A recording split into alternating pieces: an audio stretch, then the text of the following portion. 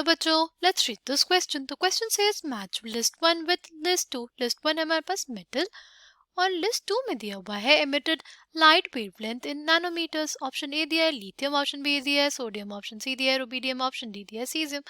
First दिया हुआ है 670.8 नैनोमीटर, सेकंड दिया है 589.2 नैनोमीटर, थर्ड दिया हुआ है 780 नैनोमीटर और फोर्थ दिया है 455.5 nanometer. Okay, the key concept for this question is, question के लिए हमारे पास की कॉन्सेप्ट हो जाएगा क्या? हो जाएगा chemical properties of alkali metals, है ना.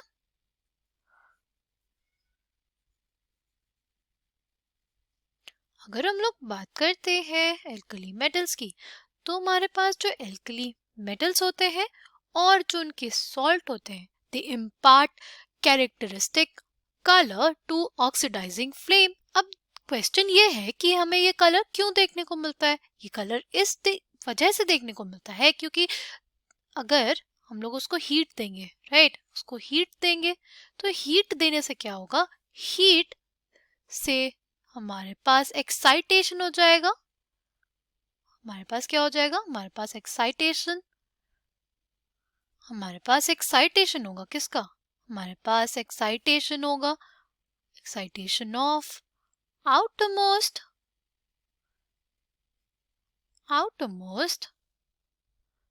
Orbital electron.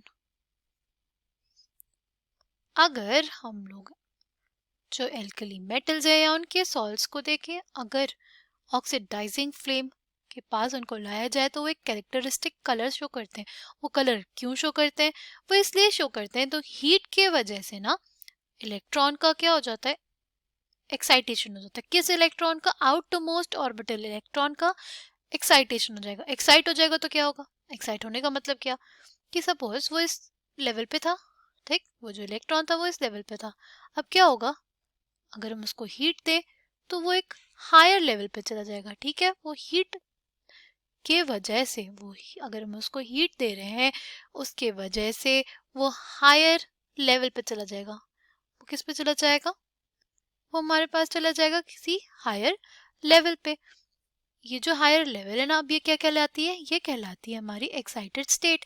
अब जब वो इलेक्ट्रॉन एक्साइटेड स्टेट पे है, फिर वो एक्साइटेड स्टेट से हमारे पास ग्राउंड स्टेट में आएगा. ठीक, फिर वो एक्साइटेड स्टेट से हमारे पास किस में आएगा, वो ग्राउंड स्टेट में आएगा. जब वो ग्राउंड स्टेट में आएगा ना एक्साइटेड स्टेट से, तो हमारे पास वो एमिट करता है रेडिएशन. क्या एमिट करता है, रेडिएशन. और ये रेडिएशन ही रिस्पॉन्सिबल होता है उस कलर के लिए. ठीक, ये रेडिएशन ही रिस्पॉन्सिबल होता है कलर के लिए.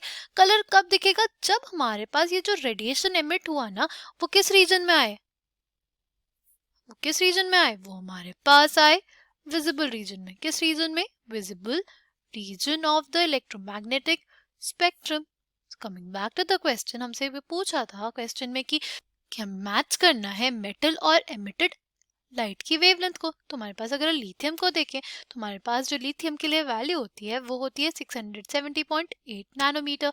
सोडियम के लिए जो वैल्यू होती है वो आती है हमारे पास 589.2 नैनोमीटर. रुबिडियम के लिए जो वैल्यू आती है वो आती है 780.0 नैनोमीटर. और सीजियम के लिए जो वैल्यू आती है वो आती है 455.5 नैनोमीटर.